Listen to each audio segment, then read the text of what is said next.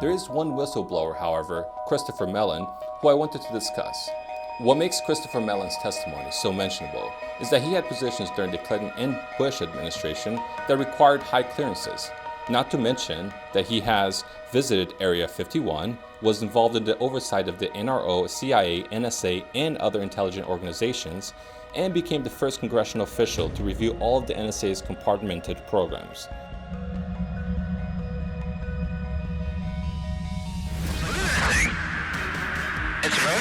The video was shot by U.S. fighter pilots on a training mission off the coast of Jacksonville, Florida. Pilots reported seeing mysterious objects that could reach hypersonic speeds, 5 times the speed of sound, and still turn on a dime. There's a whole fleet of them, oh my God. I spoke to no less an authority than Chritopher Mellon, former Deputy Assistant Secretary of Defense for Intelligence. You're seeing them, turn on a dime, accelerate quickly? So they easily outmaneuver our frontline combat aircraft and sometimes accelerate away at thousands of miles an hour, speeds that would rip apart an F-35 or an F-22 and kill the pilot. We have really no idea how this is being achieved. Chritopher Mellon continues in a follow-up question.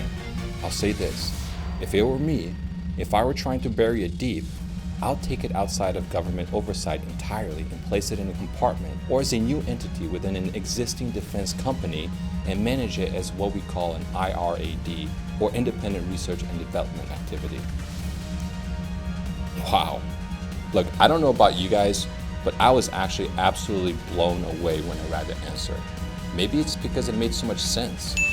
Could it be that it's not the government that is failing to unveil the UFO information, but more that their intel is so sporadic, so adulterated with human emotions, even from our top leaders, that they can't even give us a good consensus as to what's happening?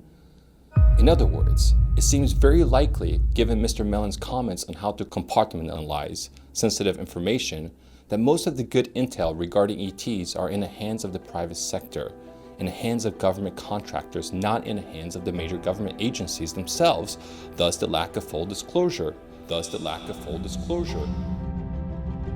That story sparked his obsession and explains the alien looking out from the side of Bigelow Aerospace. It made for the kind of conversation you don't ordinarily have with an accomplished CEO. Do you believe in aliens? I'm absolutely convinced. That's all there is to it. Do you also believe that UFOs have come to Earth? There has been and is an existing presence, an ET presence. And I spent millions and millions. I probably spent more as an individual than anybody else in the United States has ever spent on this subject. You don't worry that some people will say, did you hear that guy? He sounds like he's crazy. I don't care. Why not? It's not going to make a difference. It's not going to change reality of what I know. You don't have to go anywhere. You can find it here. Yeah.